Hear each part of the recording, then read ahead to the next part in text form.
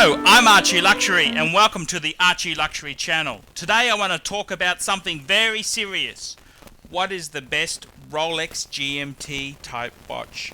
Is it the Rolex GMT or is it the Rolex Explorer II? And this is a question many punters have been asking for a long time. What is the best GMT type watch? The GMT, Greenwich Mean Time, is a type of watch which was perfected by Rolex, and it basically allows the user to have multiple time zones. And it's a fantastic way that Rolex has done this type of piece, and I absolutely love the Rolex GMT, and it's a fantastic. You're seeing a beautiful Coca-Cola GMT on the screen here, and this is before the ceramic. I'm not a big ceramic fan, but I want to compare this to a Rolex Explorer II.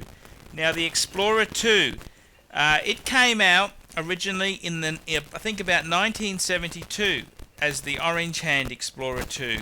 Originally it only came with a black dial, but I gotta say, when they introduced the white dial in the 80s, it was, I think, one of the best looking GMT watches of all time. I absolutely love the way a Polar Explorer II looks. And this is a very good question. What is the best GMT type watch to have there? Well, to be honest with you there, with the GMT II, this is a sapphire crystal one, and a Rolex Explorer II sapphire crystal. They're very similar builds of watches. The one noticeable difference is that on the GMT II itself there, the bezel does actually rotate, whereas on the Explorer II it's a fixed steel bezel, so it doesn't turn. And the benefit of the rotating bezel is that you can very easily change time zones without having to use the second hour hand there. So it's a little bit more. It's very quick if you wanted to just change it quickly, but in all honesty, I don't think that's a great feature because you can very easily bump the bezel and you've lost that setting. So in my honest opinion there, I think the benefit is negligible, and you're probably going to, if you're going to do a long time set, like I know people who are futures traders and play the share market, and when they're not hocking their Rolex to make up for the losses, they all tell me that they mainly have one or two markets they play at any one time. So it's the Explorer II, I think, is probably, out of the two, is the better bang per buck.